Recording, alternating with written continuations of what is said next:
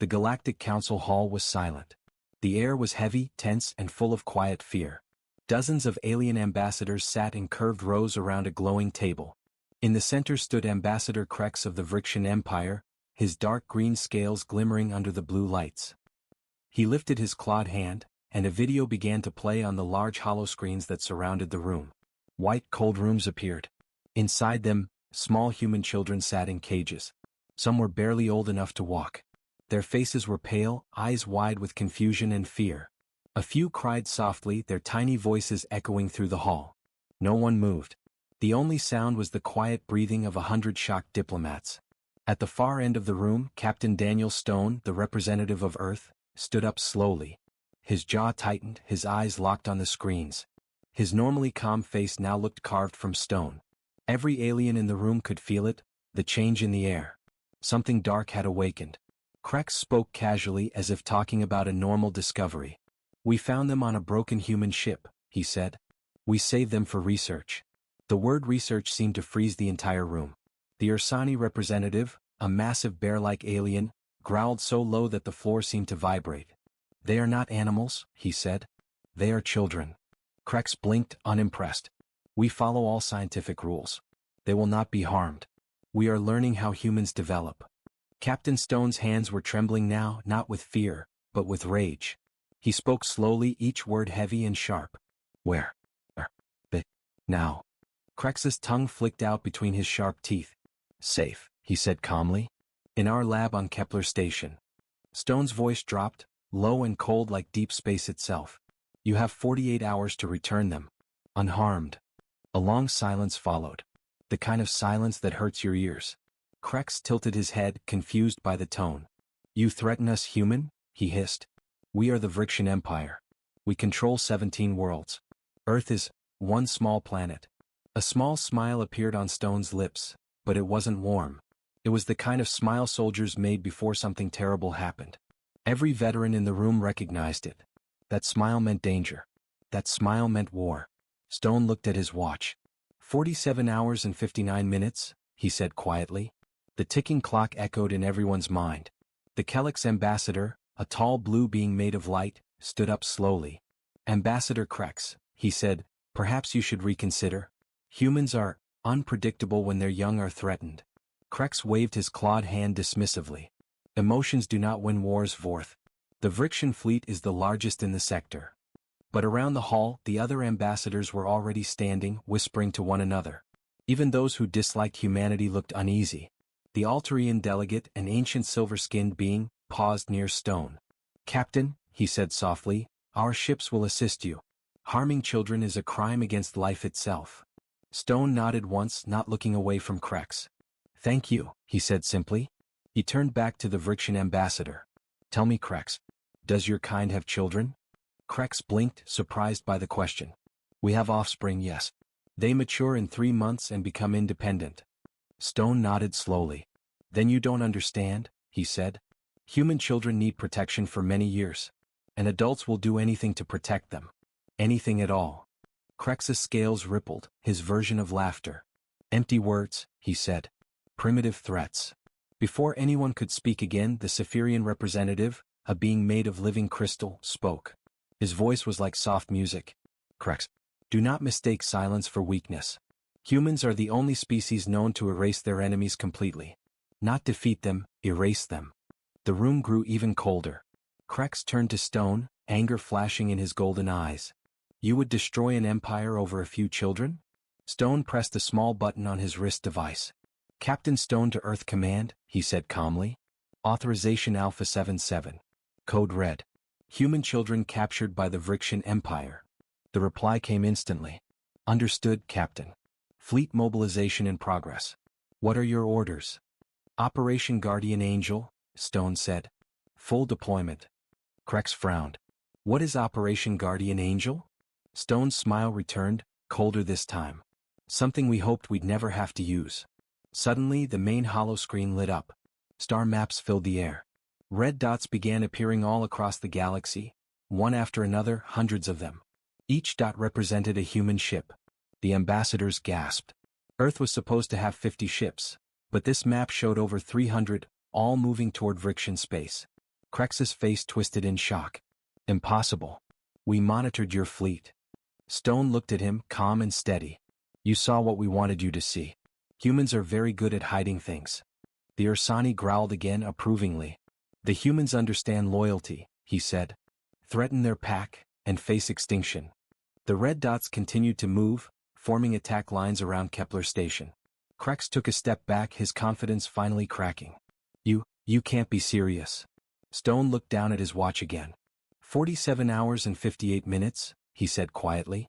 And the time is still going down. The entire council hall sat frozen. No one dared to speak. They all knew what that meant.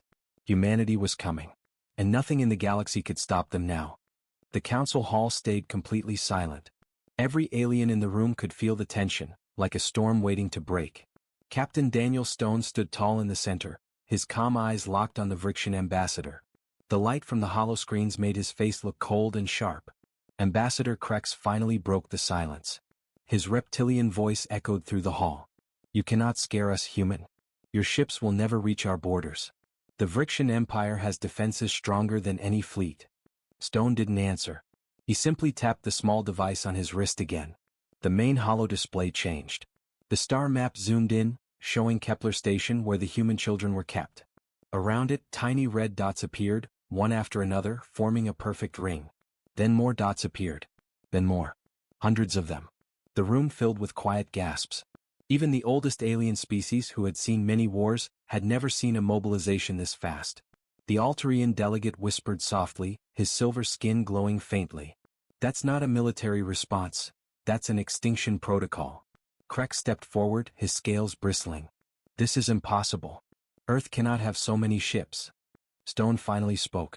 You were told Earth had 50 warships. That information came from us. Humans have learned one thing very well through history: never show all your weapons. The Ursani representative rumbled deeply, his massive shoulders shaking with approval. I warned you, Krex. When a human's cubs are taken, the whole pack rises. Krex turned toward the council table, trying to find support, but most of the other ambassadors were quietly packing their data tablets, already preparing to leave. None of them wanted to stand against humanity. Wait! Krex shouted. You cannot allow this. This will destroy the balance of the galaxy. The Kelix ambassador, glowing with blue light, looked at him with sorrow. You destroyed that balance yourself when you caged innocent children. Krex's claws curled tightly. His eyes flashed with pride and fear. You think humans can frighten us into surrender? We are Vrixians. We have ruled this region for 1,000 years. Stone's voice stayed quiet and calm. You ruled because no one was willing to challenge you. That ends today. A second screen lit up beside the main one. It showed Earth's military command center, hundreds of officers moving in perfect coordination. Rows of ships launched from orbit around the Moon, Mars, and Titan. Each ship bore the same glowing symbol, a pair of angel wings made of white fire. Guardian fleet ready, said a voice through the speakers. All units standing by. Stone nodded slightly. Begin Phase 1. Secure the system. No attacks unless fired upon. The council hall's lights flickered for a moment as massive energy spikes were detected in distant sectors. Human ships were activating their jump drives. The holographic map updated again.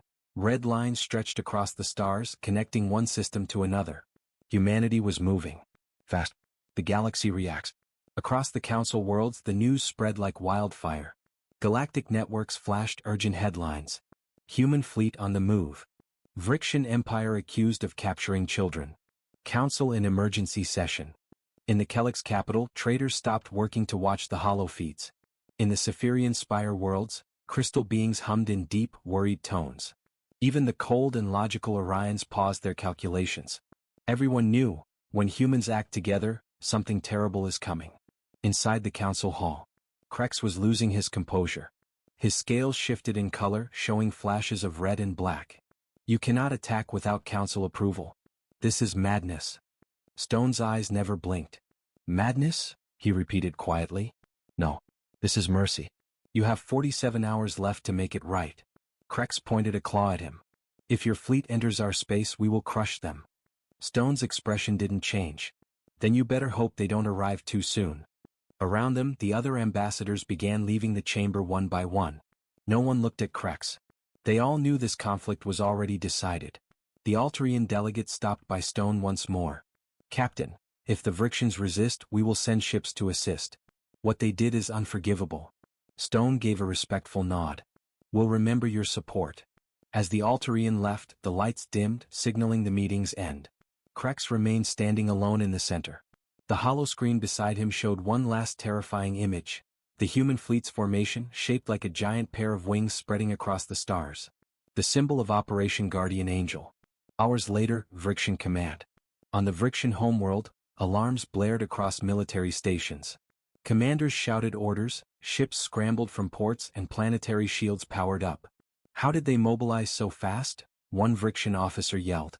Where did all these ships come from? Another cried. But there was no answer. The humans had been preparing for this moment for years. A small message appeared on every Vrixian command screen. It was short, only 2 words. 46 hours. The countdown had begun. Back at the council, Stone watched from the balcony outside the great chamber. The stars glowed faintly in the black void beyond the glass. He spoke softly to himself, almost like a whisper. We warned them. Behind him, the Ursani representative joined him. Do you think they will return the children? Stone didn't answer immediately. He stared at the stars, then finally said, I hope so. But hope isn't strategy. That's why we have the fleet. He looked down at his watch again. The seconds continued to fall away. 46 hours and 59 minutes, he said quietly. And time is still going down. The stars reflected in his eyes, cold and distant. But somewhere deep within that coldness burned something else. Fury, grief, and the unshakable will of humanity. The galaxy was about to learn, again, why humans were feared. And why you never, ever touch their children.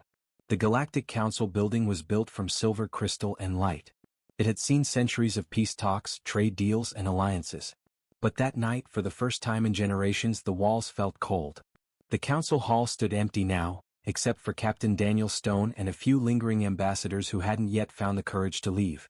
Outside the tall windows, the stars shone bright and quiet, unaware of the storm about to come. Stone stood alone by the central table, his fingers resting on the glowing surface. He didn't move, didn't speak. The ticking sound from his wrist device echoed faintly. 46 hours. The countdown continued. The shockwave spread. Across the galaxy, news of the human ultimatum was spreading faster than light. Every information network carried the same headline. Earth declares 48-hour deadline to Vrixian Empire. Captured human children spark galactic crisis. On dozens of worlds, people gathered around holoscreens. Some watched in silence. Others whispered prayers. The old races, the ones who remembered the Terran Wars centuries ago, simply closed their doors and powered up their shields. They remembered what humanity did the last time someone pushed them too far. Inside the Vrixian command hall, Ambassador Krex stormed into the Grand Command Chamber of the Vrixian homeworld. His scales flashed red, the color of fury. Vrixian generals stood at attention, their long tails curling behind them. A massive star map hovered above the table, showing red human fleet markers closing in from multiple sectors. How did they hide this from us? Krex shouted. Where were our spies? The lead general bowed slightly. Our intelligence reports were incomplete, Ambassador. We did not think Earth capable of this scale. Krex slammed his claw against the table. Incomplete? They have 300 ships moving toward us. That's not intelligence failure, that's deception. Another officer spoke nervously. Shall we prepare for war? Krex's eyes flashed. No. Prepare defenses but do not strike first. If we attack, the Council will side with them. We must appear as victims, not monsters. But deep inside, Krex felt something else, a faint tremor of fear. Humans were not supposed to move this fast. They were not supposed to be this organized. He remembered Captain Stone's voice. Come. Cool. Certain. It wasn't the voice of a man bluffing. Meanwhile, the human fleet. In deep space, the Guardian fleet moved like a living storm. Massive ships with dark armor and glowing white wings of light cut through the void. Each vessel carried hundreds of soldiers, drones, and automated strike units. At the center of the fleet was the flagship, HSS Valkyrie, a warship so large that smaller vessels looked like dust beside it. Inside the command deck, Admiral Sarah Kane stood beside the viewing screen. Her gray eyes were sharp, her uniform perfect. Fleet synchronization complete, her first officer reported. ETA to Kepler Station, 45 hours. Kane nodded. Maintain silent approach. No transmissions except coded signals. The Vrixians must not know our numbers until we're already in position. She looked at the glowing map before her. Hundreds of blue icons moved in perfect formation. Guardian Angel, she whispered. Let's bring our children home. Back at the council, fear and decisions. The council chamber slowly filled again, not with noise but with tension. Representatives from other worlds had returned, faces grim. The Altarian delegate, his silver skin shining under the lights, spoke first. We have confirmed the reports. The Vrixian Empire has indeed captured at least 12 human children. They are being held in a biological research facility on Kepler Station. A murmur filled the hall. The Kelix ambassador raised his glowing hand. Then we must act before humanity does. If they strike, the loss of life will be catastrophic. The Saphirian representative, his crystalline body reflecting every light, replied softly. You cannot stop them. You can only stand out of their way. No one disagreed. The Ursani growled from the corner. The humans warned them. 48 hours. It was mercy. The Vrixians should be grateful they got even that. One of the younger council members whispered. They won't really destroy a whole empire, will they? No one answered. The message. Suddenly the council lights dimmed. A soft tone filled the air, an incoming transmission. It was Captain Stone. His holographic image appeared in the center of the room, tall and calm as always. His uniform looked immaculate, his face unreadable. Council members, he began, Earth thanks those who offered assistance. But this matter concerns our children. We will resolve it ourselves. The Altarian delegate tried to speak. Captain, please? Stone raised a hand gently. The Vrixian Empire has 45 hours left to release them unharmed. After that, our fleets will act. The hologram flickered for a moment as if the system hesitated to carry his words. Then Stone looked directly at the camera. His eyes were sharp, cold, and completely certain. Humanity does not seek war. But we do not forgive cruelty. You can bargain with nations, with armies, even with death. But never with a parent who has lost a child. The message ended. The light faded. No one moved for a long time.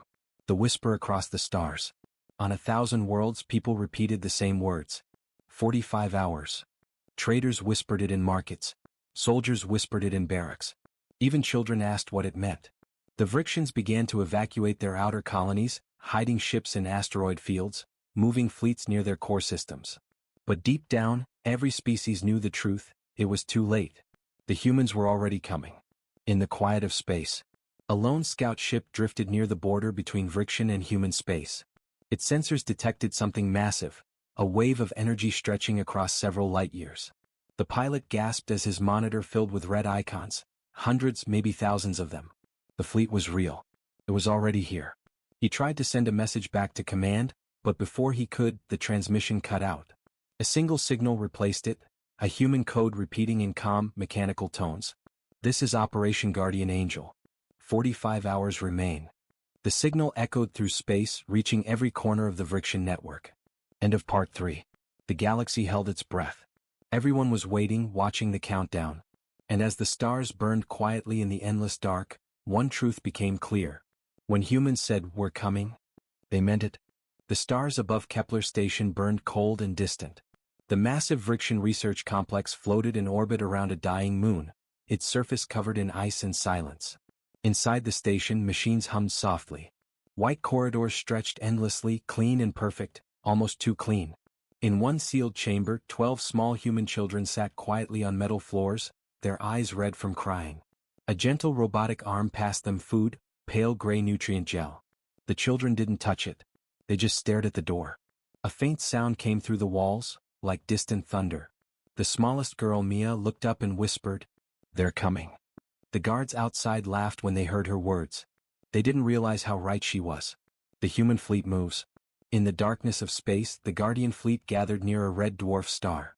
Hundreds of ships glowed like fireflies, cruisers, carriers, stealth destroyers, and medical ships all moving as one. The flagship HSS Valkyrie stood at the center, a giant of black steel and silver light. Its engines burned with silent power. Inside, Admiral Sarah Kane watched the fleet data scroll across the holoscreens. "Fleet formation complete," the officer reported. "All strike groups ready for final jump to Kepler." Kane nodded slowly. "Signal all units. Operation Guardian Angel begins in 30 minutes. Around her, the crew worked silently, focused, steady, almost emotionless. But every human on that ship knew what this mission meant. They weren't fighting for power. They weren't fighting for territory. They were fighting for children. On Earth, the calm before. Far away on Earth's surface, the night sky glowed with light from orbiting ships. In the capital, President Elias Ward stood alone in his office. The walls were covered in holographic stars and glowing maps. His old friend and advisor, General Vega, stood nearby. "It started," Vega said quietly. "The fleets are on the move." Ward nodded without turning. "How many worlds have sent us warnings?" 16 so far. "The Vrixians are calling for help." Ward sighed. His voice was calm but heavy. "And what do they expect us to do? Apologize for wanting our children back?" Vega shook his head. "They expect us to hesitate." Ward finally turned, eyes tired but steady. "Then they don't know us at all." He looked out the window at the faint lights of orbiting warships above the clouds. God help anyone who stands between a parent and their child. At the council, the warning. In the Galactic Council Hall, chaos reigned. Ambassadors shouted, argued, begged for reason. The Alterian delegate tried to calm them. "Listen. We must stop this before it begins. If Earth attacks Kepler, the Vrixians will retaliate. It will spread to every colony." The Ursani slammed his massive paw on the table. "The Vrixians brought this on themselves. You do not put children in cages." Another voice, sharp and fearful, echoed across the room.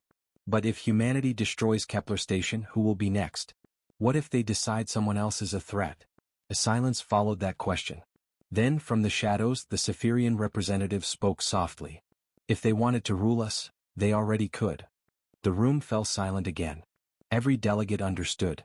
Earth was not just another member of the council. It was a sleeping giant, and now that giant was awake. Vrixian Empire, preparing for the unthinkable. On the Vrixian homeworld, the skies burned red with defense shields. War factories roared. Every city glowed with emergency lights. Ambassador Krex stood before the Imperial Council, his scales dull from stress. "We cannot give the children back," said the High Scientist coldly. "They are vital to our genetic study. Their DNA holds answers our species needs." Krex hissed. "You speak of answers while our worlds face destruction. Do you think they will care about your research when their ships reach us?" The scientist looked offended. "They won't dare." A sudden tremor shook the room. The walls flickered. Alarms screamed. A comm officer rushed in, terrified. "Sir. Human fleet detected at the edge of Kepler system. Hundreds of ships, maybe thousands." Krex turned toward the window, eyes wide. "They dared." The first contact.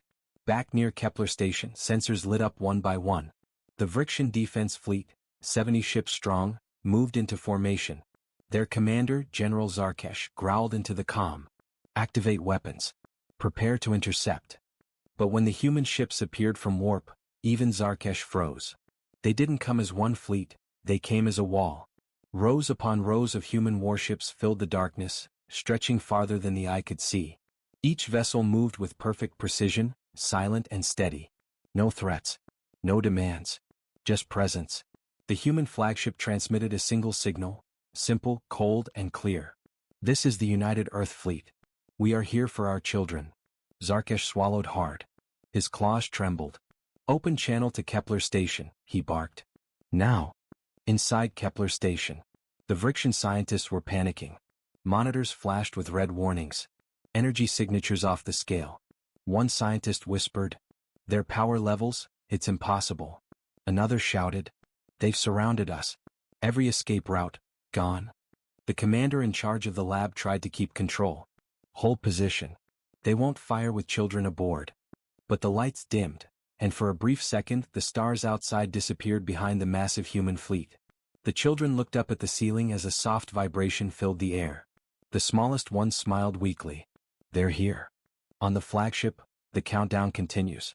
Admiral Kane stood in silence as the timer ticked on the screen. 41 hours. Her voice was calm, almost quiet. "Send message to Captain Stone." The officer nodded. "Message ready." Kane turned toward the stars. "Tell him the storm has begun." The message was sent. Far away on another ship, Captain Stone received it and opened his eyes slowly. He looked at the timer glowing on his wrist. 41 hours. And still counting down. End of part 4. The galaxy now stood on the edge of war. One side fought for pride, the other for children.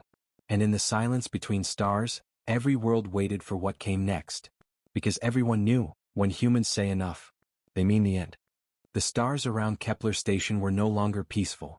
They shimmered with light from hundreds of warships, silent, waiting. The human fleet had surrounded the Vrixian outpost like a storm around a single island. Inside the station, alarms screamed, lights flickered red, and fear spread faster than sound. Commander Rail, the Vrixian officer in charge, shouted into his comms, "All defense systems active. Prepare shields. Power up main cannons." But his voice trembled. Even he could feel it, that invisible pressure in the air. The humans were not just angry. They were ready. On the flagship HSS Valkyrie, Admiral Sarah Kane stood at the center of the command bridge. Her face was calm, almost too calm. The crew around her waited for her command. No one moved. No one breathed loudly. "Status of civilian life signs?" Kane asked. 12 confirmed, all inside the station, Sector C4, replied her officer. Kane nodded once. "Then we go in careful. No mistakes. Operation Guardian Angel, Phase 1. Lights turned blue across every console. Engines roared silently as human ships began to move. From the outside, the fleet looked like a wave of light breaking through darkness. Inside Kepler Station, the Vrixian guards ran through the corridors, weapons ready. The children huddled in the corner of their cell, listening to the thunder outside. Mia, the smallest girl, whispered again, "They're here." And then, the sound came. A deep, vibrating hum that shook the walls. Boom. A shockwave tore through the outer hall. Doors exploded open. Smoke and sparks filled the hallways. A metallic voice echoed through the comm system. "This is the United Earth Fleet. Release the children and surrender immediately." Rail screamed, "Ignore them. Fire all weapons." The Vrixian defense turrets spun toward the incoming ships, and fired. Blue plasma bolts lit up the black sky. But the humans were faster. The human response. From the fleet, destroyers moved forward, their cannons glowing with white light. They didn't fire wildly. Every shot was precise. One after another, the Vrixian defense ships exploded, silent blossoms of light against the stars. On board Valkyrie, Admiral Kane gave her next order. "Deploy the Angels." A new signal echoed through the fleet. Thousands of small craft detached from the carriers, Guardian dropships, sleek and silver. They shot toward Kepler Station like falling meteors. Each one carried human soldiers in black armor, their visors glowing blue. Their mission was clear. Rescue the children. Bring them home. The infiltration. Inside the station, the airlocks shattered open. Smoke filled the corridors. Human soldiers poured in, silent, efficient, unstoppable. Their leader, Commander Ria Torres, moved at the front with her squad. Her voice came through the comm calmly. "Room by room. Non-lethal until fired upon. Find the kids." The Vrixian guards tried to fight. They fired plasma shots, screamed, charged, but every move was met with human precision. Torres disarmed one attacker with a twist, dropped him to the floor and moved on. "They have no idea what they started," she muttered. In the council hall. Far away, the Galactic Council watched the live feeds. Explosions. Burning wrecks. Dozens of Vrixian ships gone in minutes. The Altarian delegate covered his mouth in disbelief. "They're not attacking, they're cleansing." The Ursani nodded grimly. "That is human warfare. They fight like predators protecting their cubs." Another alien whispered, "The Vrixians won't survive this." The council fell silent. No one dared send a message to stop it. No one dared interfere. Back on Kepler Station, Commander Ria's squad reached Sector C4. The metal doors were thick, locked with triple security. A small device beeped on her wrist. Life signs confirmed inside, 12 total. She nodded. Cut it open. A soldier placed an explosive charge. The countdown began. 3, 2, 1. Boom. The door fell forward, smoke pouring into the room. The children screamed at first, then froze when they saw who entered. Humans. Armor shining. Blue lights on their helmets. Ria knelt, taking off her helmet. Her eyes softened. "Hey, it's okay. We're here to take you home." The oldest child, a boy of maybe 10, whispered, "Are you from Earth?" Ria smiled faintly. "Yeah. And your parents are waiting." Tears ran down the boy's face. Behind him, little Mia whispered again, "I told you they'd come." Vrixian desperation. Commander Rail received the news. The children were gone. His heart sank. The humans had won. He turned toward the comm, shouting, "This is Commander Rail. We surrender. I repeat, we surrender." But it was too late. Half his fleet was already destroyed. The rest were running. From the human flagship, Admiral Kane's voice came over open channel. "Cease fire. Targets are neutralized. All hostiles retreating. Secure the station." For the first time in hours, the battlefield went quiet. The stars shone again. Only smoke and drifting debris remained. On board the Valkyrie, Captain Stone stood beside Admiral Kane as the rescued children were brought aboard. They looked small, fragile, and tired, but alive. Stone knelt beside them, his voice gentle. "You're safe now. No one will ever hurt you again." Mia looked up at him and smiled faintly. "You came fast." Stone's expression softened. "We always come when our kids call." Kane looked at the stars outside, still glowing with wreckage. "How long before the council reacts?" she asked. Stone's voice turned cold again. "Let them react. They'll think twice before touching human children ever again." In the shadows. But far away, deep in space, someone else was watching. On an unknown world, a group of alien observers studied the battle recordings. Their leader, a tall, pale being with glowing eyes, turned to his aides. "So," he said softly, "the humans have shown their true strength." Another voice asked nervously, "Should we be concerned?" The leader smiled faintly. "Concerned? No. But we should be prepared. Because now they've awakened." He looked at the image of Earth glowing on the hollow screen. "And once humans awaken, they never sleep again." End of Part 5. The galaxy held its breath. Kepler station was silent once more, but its silence carried a message every world understood. Do not harm a human child. Because the humans will come. And when they come, they do not stop. Space was quiet again. The wreckage of the Vrixian fleet drifted silently above the frozen moon of Kepler. Fire still burned inside shattered ships, their light fading like dying stars. The battle was over. The war had not yet begun, but every world in the galaxy could already feel it coming. On board the HSS Valkyrie, Captain Daniel Stone stood at the observation deck, watching rescue shuttles return one by one. The children had been taken to the med bay. They were safe now, bruised, tired, but safe. He placed his hand on the glass, eyes distant. Behind him, Admiral Sarah Kane entered quietly. "Medical report?" Stone asked without turning. "All 12 alive," Kane said softly. "No serious injuries. They'll recover." Stone closed his eyes for a second, the first time he had breathed freely in 2 days. "And the Vrixians?" "Half their fleet destroyed. The rest retreated to their home sector. Kepler station is under our control." "Any losses?" Kane's voice lowered. 18 dead. 47 wounded. Stone nodded slowly. "They'll be remembered." Silence filled the room. The kind of silence that comes after lightning. The broadcast. Later that day, every communication channel in the galaxy lit up. Every world, from the icy moons of the Kelix to the glowing oceans of the Cypherians, received the same signal. A human face appeared on the holoscreens. It was Captain Stone. Behind him, the Earth flag waved softly, blue and white against the stars. His voice was calm, steady, but filled with something deeper, the quiet power of controlled fury. "This message is for all members of the Galactic Council," he began. 3 days ago, the Vrixian Empire captured 12 human children. They were kept in cages and called research specimens. He paused, letting the silence hit every listener. "We asked for their return peacefully. We were ignored.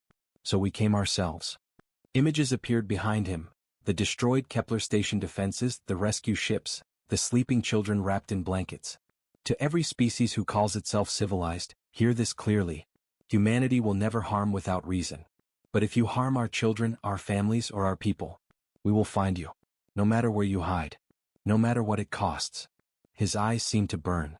"Some of you think this is a threat. It's not. It's a promise." Then the feed ended. Across the galaxy, silence followed. Billions of aliens sat frozen, some in fear, some in awe. The message was short, but it would echo for centuries. At the Galactic Council. The council hall was filled again, but this time no one shouted. No one dared. The Alterian delegates stood slowly. The humans acted within reason. The Vrixians broke every code of ethics we hold. The Vrixian ambassador, not Krex but a new representative, his scales dull with shame, bowed his head. "We accept responsibility. The Kepler experiments have been shut down. All data destroyed. The Ursani growled lowly. Too late for apologies. You caged children. The council chair, an ancient being made of light, spoke softly. Then let this event be remembered. Let every world understand, humanity is not to be provoked. They are fierce but they are also loyal. A quiet ripple passed through the chamber. A new law was proposed, and passed instantly. Article 47b, the protection of sentient young.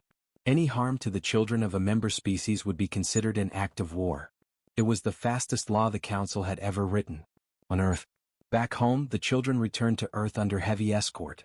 News feeds around the planet showed their arrival, small hands waving shyly, tears of relief on their faces. Crowds gathered across cities, cheering and crying. For once, humanity was united, not in war but in love. In a quiet hospital room, Mia sat up in bed as Captain Stone entered. She smiled when she saw him. "Hi, Captain." "Hey, soldier," he said with a gentle grin. "How are you feeling?" "Better. The doctors gave me real food this time."